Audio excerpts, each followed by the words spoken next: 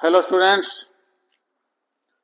आज का हमारा टॉपिक है हिस्ट्री में ही मैगस्थनीज एक राइटर हुए हैं ग्रीक से।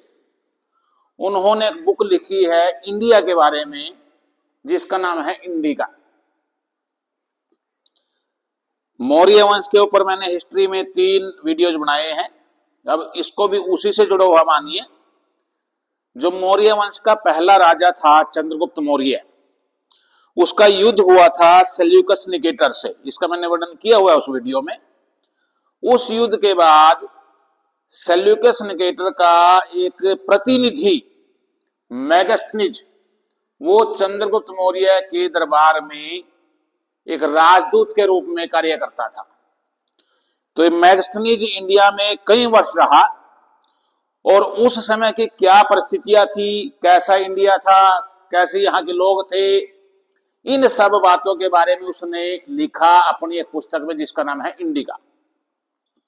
तो आज हम इंडिका में मैगस्थनीज ने क्या कहा, क्या लिखा, उसकी बातचीत करेंगे। साथ ही साथ उस समय भारत में एक ऐसा क्षेत्र भी था जहां पर कोई भी विदेशी आक्रमणकारी आक्रमण करने से डरता था। क्यों डरता था वो भी बताऊंगा मैं। साथ ही साथ जो एक वर्ड है स्टेडियम, आजकल हम बात करते हैं खिलाड़ी स्टेडियम में खेलते हैं, क्रिकेट के भी स्टेडियम है, सभी खेल के स्टेडियम, सभी खेलों के स्टेडियम है। तो स्टेडियम वर्ड कहां से आया, तो इन 2-3 बातों का अलग से मैं बताऊंगा इसके बारे में। तो सबसे पहले जान लेते हैं हम कि मैगस्थनीज कौन था। He was a Greek historian, यूनानी इतिहासकार था, डिप्लोमेट भी था, कूटनीतिज्ञ था, एडवेंचरर था। He was born about 350 BC, exact तो नहीं पता लेकिन 350 बीसी 350 ईसा पूर्व के आसपास उसका जन्म हुआ था।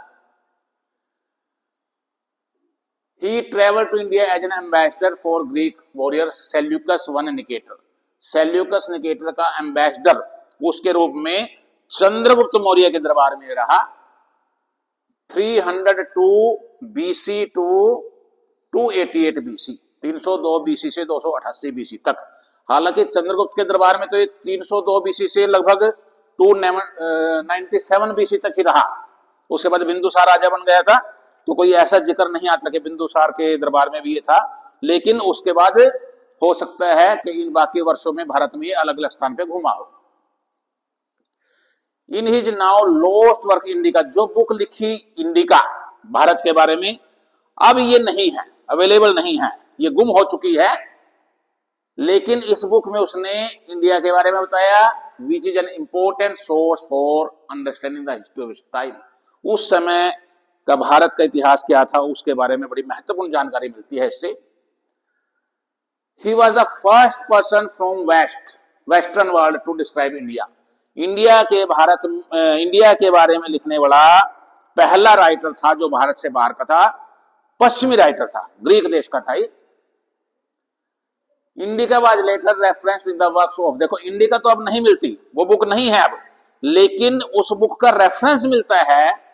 कई ऐसे ग्रीक राइटर हुए जिनकी बुक्स में, कौन कौन से, आरियन, स्ट्राबो एंड डायोडोरस, ये 3 राइटर है। इन्होंने अपनी बुक्स में जिक्र किया है, इंडिका बुक में जो लिखा हुआ था वहां से कुछ पॉइंट्स लिए गए हैं। Story of India during the time of Maurya dynasty stored in the book indica. तो अब हम देखते हैं कि इंडिका में क्या क्या कहा गया है। 3 राइटर्स का नाम दिया मैंने, आरियन, स्ट्राबो और डायोडोरस। इन्होंने जिक्र किया है इंडिका का अपनी बुक्स में। ज्योग्राफी के बारे में, India is a quadrilateral shaped country. Megasthenes ने कहा कि जिस समय मैगस्थनीज यहां था कि भारत एक चतुर्भुजाकार का देश है, उस समय ये स्थिति थी। ये मौर्यन एम्पायर का मैप है 325 बीसी से 260 बीसी तक। हालांकि ये बाद तक है, जब अशोक राजा बना तब तक का है, लेकिन चंद्रगुप्त मौर्य के समय में हो सकता है इससे कुछ कम रहा हो। तो उसने क्या कहा कि क्वाड्रिलेटरल है, ये इंडिया ये शेप था इनका, एक चतुर्भुज आकार का, समझ लो इस तरह से मान सकते हैं हम इसको, ऐसे चतुर्भुज आकार का था। और क्या कहा, bounded by great sea in the east and south, east में ये ईस्ट हो गया और ये साउथ हो गया, ईस्ट और साउथ में समुद्र से घिरा हुआ था। Indus river in the west, west में इंडस रिवर है, ये वेस्ट है, यहां इंडस रिवर है, यानी ये कुछ एरिया ऐसा है जो बाद में बिंदुसार या अशोक के समय में बड़ा होगा, तो उस समय का यहां तक एरिया था। एंड इमोडस और Hemodus mountain in the north, north में जो पर्वत का नाम लिखा है मैगस्थनीज ने, उसका नाम लिखा है इमोडस या हेमोडस। अब ये पर्वत कौन सा था,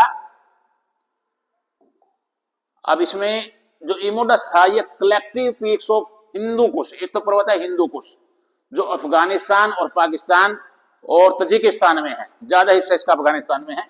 एक पर्वत है पामीर, ये तजिकिस्तान में है मेनली, कुछ हिस्सा अफगानिस्तान में है, और हिमालय तो हमें पता ही है। तो हिंदू कुश, पामीर और हिमालय, इन तीनों को मिला के जो पर्वत बनते हैं उसका नाम इमोडस है। अब देखो ये हिमालय था, यहां हिंदू कुश है, और इससे इस साइड में जो है तजिकिस्तान है, तो यहां कहीं ये सारा पर्वत का जिक्र किया गया है इमोडस के रूप में। एक्सटेंट, अब मैगस्थनीज ने अपने बुक में ये भी लिखा है कि भारत पूर्व से पश्चिम तक और उत्तर से दक्षिण तक कितना फैला हुआ था। फ्रॉम वेस्ट टू ईस्ट, पश्चिम से पूर्व की ओर उन्होंने जो जिक्र किया है, एक यूनिट लिया है स्टेट्स, 16,000 स्टेट्स, 16,000 स्टेट, जो किलोमीटर में कन्वर्ट करें तो ये बनता है 2523 किलोमीटर। और प्रेजेंट में वैसे अब जो हमारा इंडिया का मैप है 2933 किलोमीटर, इतना है ईस्ट से वेस्ट तक, उस समय इतने किलोमीटर था। कहीं कहीं 28,000 स्टेट्स भी कहा गया है, अगर इसको कन्वर्ट करेंगे किलोमीटर में तो इतने किलोमीटर बन जाएगा, लेकिन ज्यादातर जगह 16,000 स्टेट्स कहा गया है वेस्ट टू ईस्ट। और नॉर्थ टू साउथ जो है वो 32,000 स्टेट्स है, इसको किलोमीटर में कन्वर्ट करेंगे तो 5,046 किलोमीटर, और प्रेजेंट में कितना है 3,214, यानी इससे कहीं ज्यादा, क्योंकि उस समय जो वर्तमान में पाकिस्तान है, अफगानिस्तान है, ये सारा एरिया भी इंडिया में था। स्टेट क्या है, उस समय ग्रीक जो लोग थे वो जो उनके फिट थे 600 फीट, 600 फुट की जो दूरी थी उसको एक स्टेट बोलते थे। हालांकि ये दूरी लेंथ वेरीड बाय रीजन और टाइम, टाइम के अनुसार या रीजन अलग अलग क्षेत्र में कुछ बदलती भी रही, लेकिन मोटा मोटा ये कहा गया है कि जो 600 फीट थे उस समय ग्रीक के, वो लगभग 0.1577 किलोमीटर ये थे, और इसी के अकॉर्डिंग मैंने ये कन्वर्ट किया है किलोमीटर में, 16,000 स्टेट्स को और 32,000 स्टेट्स को। अब मैंने अभी एक बात बताई थी कि स्टेडियम वर्ड कहां से आया। Only event at ancient Greek Olympics festival was one length of state. देखो जो ओलंपिक गेम्स शुरू हुए, अब जो चलते हैं ओलंपिक गेम्स, ये बाद में तो मॉडर्न ओलंपिक गेम है। ये सबसे पहले ओलंपिक गेम जिनको हम ओल्ड ओलंपिक गेम्स बोलते हैं, वो 776 बीसी में शुरू हुए थे। कहां? ग्रीस में, यूनान में।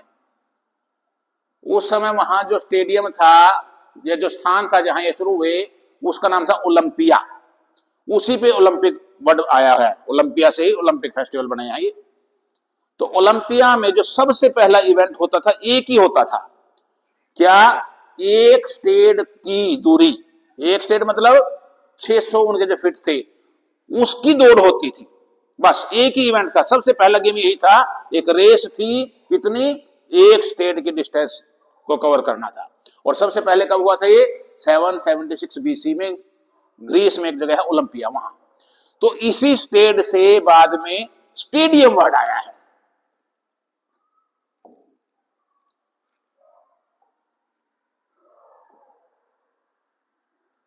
देखो इस समय जब ये जो दक्षिण में जो चोल साम्राज्य थे, पांड्य साम्राज्य थे, ये इनके एरिया में नहीं आते थे। गंगेस या गंगा, गंगा को ही इंग्लिश में हम गंगेस बोलते हैं।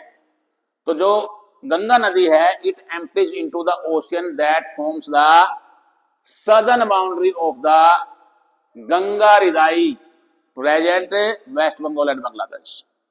जो आज कल वेस्ट बंगाल है, इंडिया का जो राज्य है, और जो बांग्लादेश है, उस स्थान का नाम था गंगा रिदाई। तो इसमें कहा भी गंगा नदी वहां पे जाके के समुद्र में गिरती थी। और ये जो गंगा रिदाई था क्षेत्र, country of Gangaridai, it has highest number and largest elements, highest number of elements and largest elements. सबसे ज्यादा संख्या में एलिफेंट्स थे और सबसे बड़े बड़े हाथी यहां थे। Because of it other nations are afraid of its strength. और ये ऐसा एक दूर दूर तक ये बात फैल गई थी कि इस क्षेत्र में बहुत बड़े बड़े हाथी है और बहुत हाथी है। इस कारण जो दूसरे राष्ट्र थे, दूसरे आक्रमणकारी थे, वो यहां आने से, आक्रमण करने से डरते थे। No foreign king has been able to conquer it. इस एरिया को किसी भी विदेशी आक्रमणकारी ने नहीं जीता था। Even Alexander refrained from making war against Gangaridai. Sikandar भी इस क्षेत्र पे युद्ध करने से पहले ही उसने भी स्वीकार कर लिया था, रिफ्रेन, दूर वापसी लौट गया था वो यहां से। When he learned that they had 4,000 war elephants, जब उसको पता चला कि 4,000 उनके पास युद्ध में काम आने वाले हाथी है, युद्ध के मैदान में मतलब ट्रेंड हाथी है। तो जो गंगा रिदाई का क्षेत्र था, कहा जाता है कि उस समय जो ये नंद वंश के अंडर आता था, जब अलेक्जेंडर का टाइम था। कपड़ों का भी जिक्र किया है वही मेगास्थनीज ने कि एनिमल के स्किन के कपड़े पहनते थे, जैसा ग्रीक्स पहनते थे। ग्रीक्स भी ऐसे ही पहनते थे। मेटल्स उस समय सिल्वर, गोल्ड, आयरन, टिन, इनकी खोज हो चुकी थी। ब्रोंज भी आ चुका था।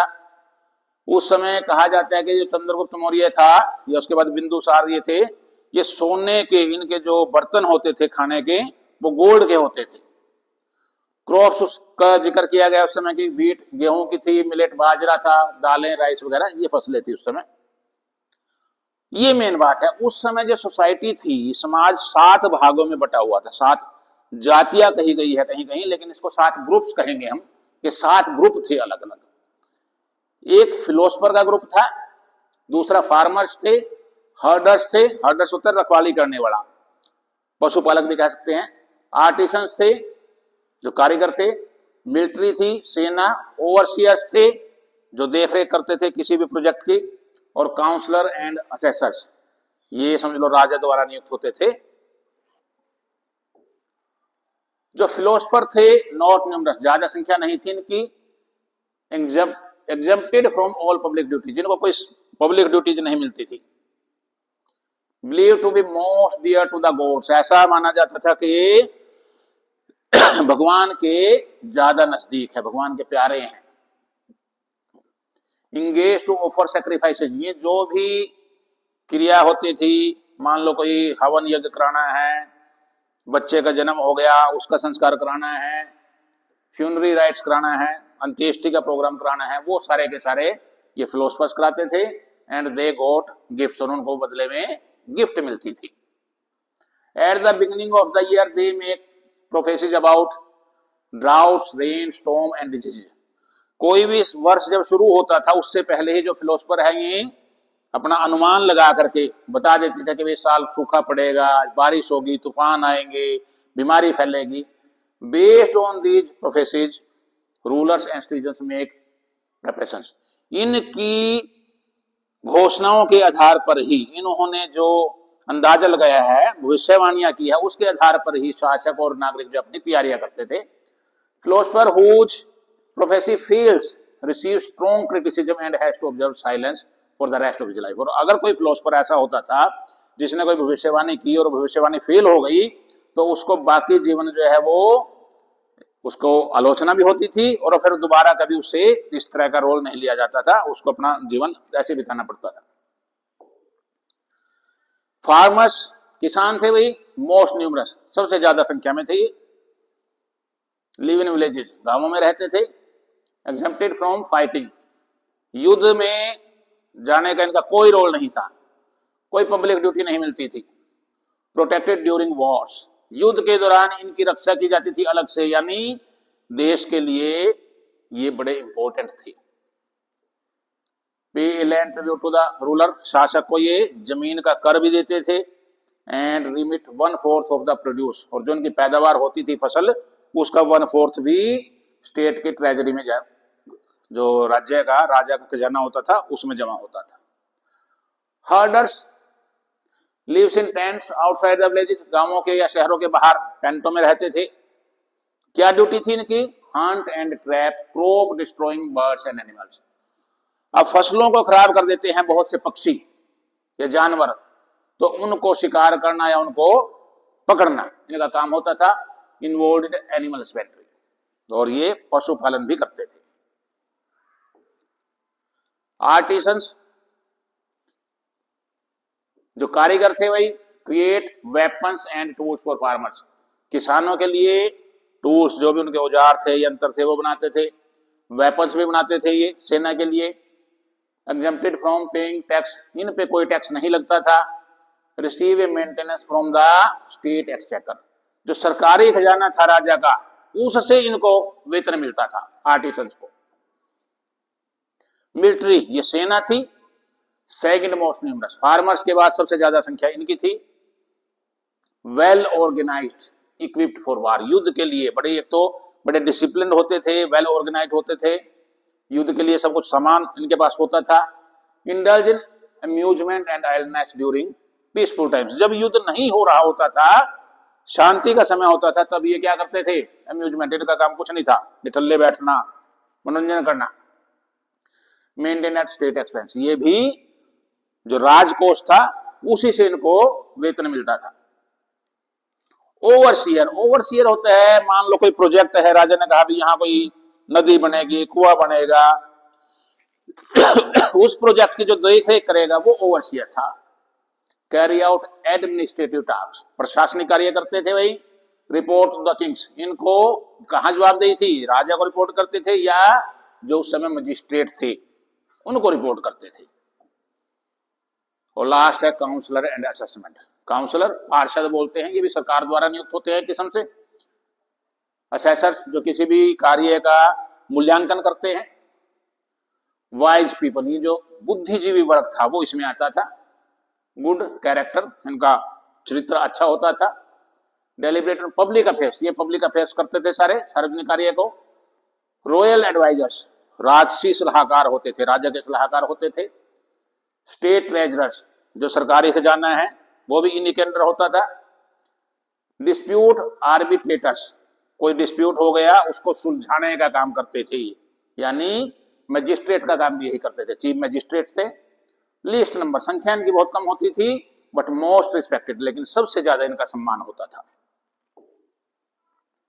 अगर आप को वीडियो अच्छे लगते हैं, चैनल सब्सक्राइब नहीं किया तो उसको सब्सक्राइब कीजिए और वीडियो को लाइक कीजिए, शेयर कीजिए। Thank you, thanks a lot.